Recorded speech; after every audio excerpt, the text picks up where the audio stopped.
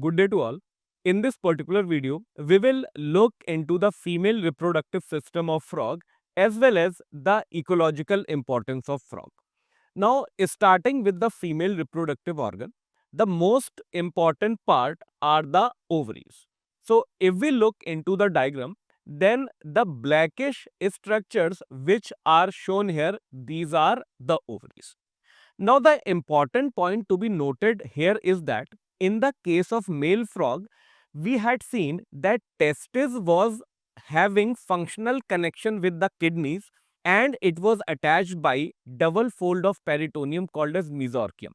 But the in case of female frog, there will be no functional connection of ovary with the kidneys. So there will be no duct which will be arising from ovary and entering into kidney. No such structure is present in the case of female frog.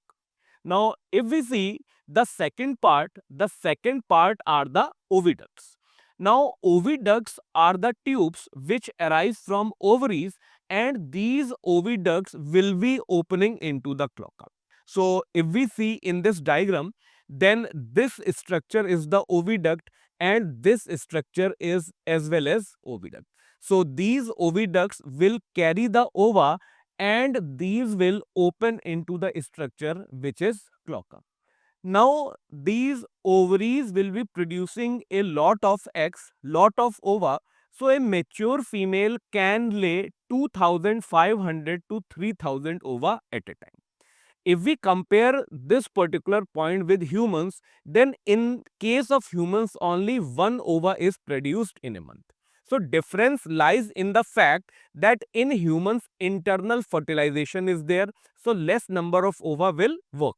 But in the case of frog, there is external fertilization which takes place, and in animals in which external fertilization takes place, the number of sperms as well as number of ova will be larger to facilitate fertilization. Now, this is the large number which is produced in the case of female frog. Fertilization, as we had talked about, is external. It will take place in water. The development of frog is indirect. Indirect development means there will be larval stage which will be present, and the larval stage of frog is called as tadpole. So, tadpole will be present. Tadpole will undergo metamorphosis, and finally, by this process of metamorphosis, tadpole will convert into the adult frog.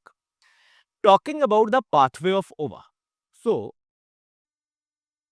if we talk about pathway of ova, then ova will be produced in ovaries. After ovaries, these will enter oviducts. Oviducts will open into cloaca and cloaca will open outside by cloacal aperture. So, this pathway is having lesser parts as compared with the pathway of sperms.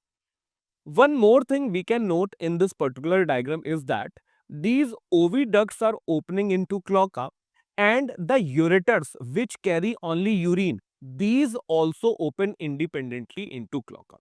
If we compare this point with the male reproductive system of frog, in them urinogenital ducts were arising from the kidneys and those were the only two structures which were meeting the cloaca. After female reproductive system, we move to the last part of frog, that is importance of frog.